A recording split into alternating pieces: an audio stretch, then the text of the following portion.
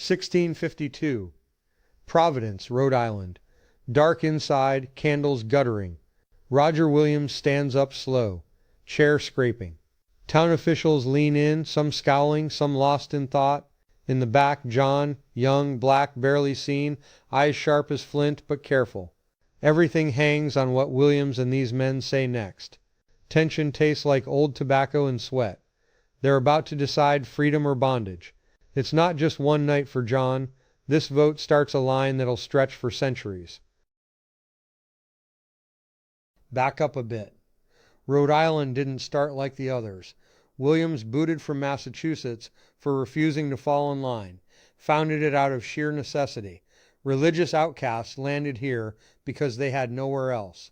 The place drew in anyone escaping the tight-fisted grip of the Bay Colony.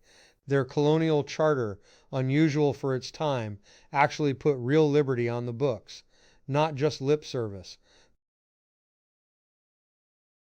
So much for freedom. Slavery crept north anyway. By the 1600s, New England houses and farms had Africans and Native Americans working under lock and key. Rhode Island's ports buzzed with ships tied to the Atlantic slave trade. Merchants lined their pockets. Someone like John, his entire world twisted by ownership, not choice. Providence moved on its own currents. The town leaders watched Quakers, Baptists, and the steady push of ideas about liberty. They sat down, wrote the first thorough colonial law to flat out ban slavery for Africans and Native Americans.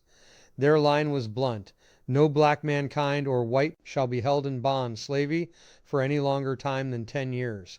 A hard stop before the rest of the colonies caught on. Arguments clashed. A few leaders hammered the law, jabbing at scripture, poking their own guts, even dragging in the ledger books. On the other side, some balked. No use risking merchant fury or cutting off the cheap hands that kept profits fat. Down in the crowd, John and the rest, still in bondage, rode every voice, up and down, hope spiking, then crashing, just as fast. It went through. Rhode Island's 1652 law hit the books, first in the colonies to outlaw lifelong slavery. Anyone enslaved and brought in after that, 10 years max. Then freedom, or face a steep fine. Some folks started to see a way out. Victory wasn't the finish line. The law came up weak, no teeth behind it, no militia, no real police, just words on paper. Most folks blew it off. Planters bent the rules, kept people trapped past that 10-year mark. Meanwhile, ships kept coming. The Atlantic slave trade didn't slow down. Rhode Island docks stayed packed. John woke up every day, not knowing what price he'd pay for it. Some enslaved folks grabbed at loopholes in the law, tried to squeeze freedom out of statutes written by men they'd never meet. Most got nothing. No leverage, just the whip and the word of the man who owned them. John counted the years, hope wearing thin. All he had was that scrap of paper, signed in far-off rooms by hands that never touched a hoe. Time passed, and Rhode Island dug in deeper. Merchants, sometimes the same ones sitting in the assembly, ran rum distilleries and owned slave ships. The law on the books said one thing about slavery, but the money said something else. The contradiction didn't fade. It bit down harder. Late 1600 into the early 1700s, hardly anyone got prosecuted under the old law. Local merchants in nearby colonies pushed back, so officials mostly looked the other way. Still, people kept the law in their back pocket.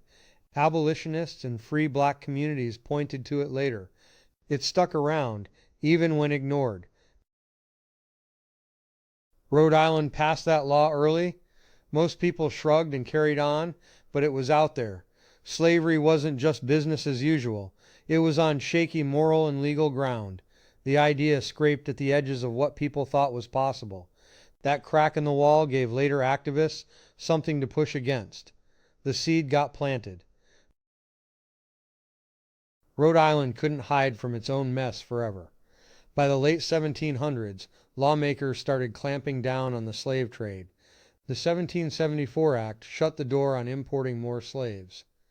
A decade later, 1784, the state pushed through gradual emancipation. Slowly, more people walked free. Not fast, but moving. The news got out, letters, pamphlets, word passing from hand to hand. Rhode Island's early law hit nerves in places far beyond its borders. Anti-slavery ideas didn't just brew there, they ignited other towns. By the Revolutionary years, talk of liberty and equality ran thick through the colonies. Some of that traceable back to what Rhode Island laid down over 100 years before. Not a coincidence. Rhode Island wrote its anti-slavery law in 1652. First shot at progress, sure, but it didn't stick. Not then. The law sat on the books while slave traders did what they pleased. Still, that first move left a scar in the record. Awkward start, cracked door. Change doesn't arrive smooth. John's path to freedom wasn't straight. It dragged on, uncertain. Same for a lot of people. But that night in Providence, something changed. Hope slipped in just barely. One law, not a perfect one. Most people looked the other way, but it was enough to spark what came next. The push for liberty didn't start big, just loud enough to last. Rhode Island. Not the first place people picture when they talk about America and slavery, but that little colony threw rocks at the system early on, way before most places blinked. You don't expect the smallest piece of the map to shout first, but it did. History blindsides you sometimes.